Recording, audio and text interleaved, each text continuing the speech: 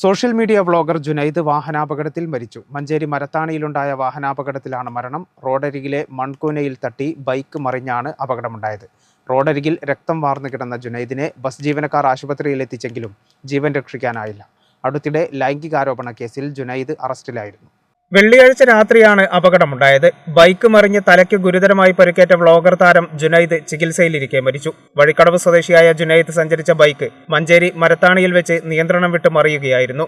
കാരക്കുന്ന് മരത്താണി വളവിൽ റോഡരികിലെ മൺകൂനയിൽ തട്ടി ബൈക്ക് മറിഞ്ഞാണ് അപകടമുണ്ടായത്.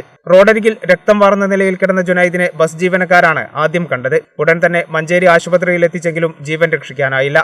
ജുനൈദ് മഞ്ചേരിയിൽ നിന്ന് വഴിക്കടവിലേക്ക് വരുന്നതിനിടയിലാണ് അപകടമുണ്ടായത്. തലയുടെ പിൻഭാഗത്താണ് പരിക്കേറ്റിരുന്നത്. 32 വയസ്സുള്ള ജുനൈദ് സോഷ്യൽ മീഡിയ റീലുകളിലൂടെയാണ് താരമായത്. ഇൻസ്റ്റഗ്രാം റീലുകളിൽ പാട്ടുകളുടെ വരികൾക്കൊപ്പിച്ച് സ്ലോ മോഷൻ ഡാൻസ് കളിച്ചായിരുന്നു ജുനൈദ് ശ്രദ്ധിക്കപ്പെട്ടത്.